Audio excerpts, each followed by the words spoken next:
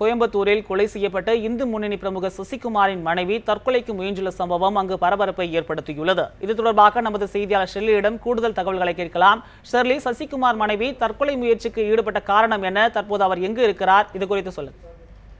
வணக்கம் மகேஷ். இந்து முன்னணி பிரமுகரான சசிகுமார் கடந்த 22ஆம் தேதி வெட்டி படுகொலை செய்யப்பட்டார்.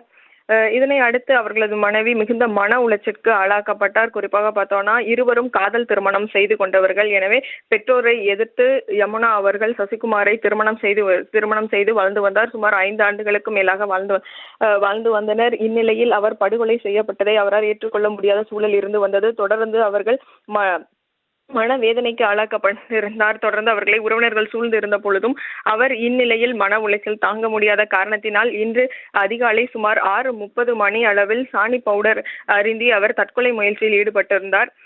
அச்சமயம் சசிகுமாரின் அவருடைய சகோதரர் இதனை பார்த்து அவர்களை கோவை கவுண்டம்பாளையம் பகுதியில் இருக்கக்கூடிய ஒரு தனியார் மருத்துவமனையில் அனுமதித்திருக்கிறார்.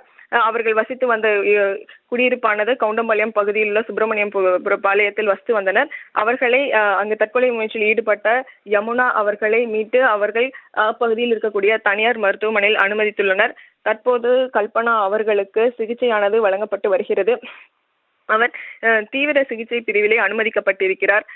விஷம் குடித்ததன் காரணமாக, அதாவது சாணி பவுடர் அருந்தியதன் காரணமாக அவர்களுக்கு முதல் கட்ட சிகிச்சைகள் அளிக்கப்பட்டு அடுத்த கட்டமாக 2ஆம் கட்ட சிகிச்சைகள் தற்போது நடைபெற்று வருகிறது.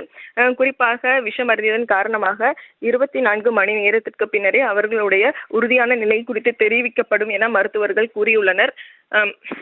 இருப்பினும் தற்போது அவர்கள் ஆபத்தான கட்டத்தை தாண்டி விட்டதாகவும் மருத்துவர்கள் தெரிவிக்கின்றனர். மகேஷ்.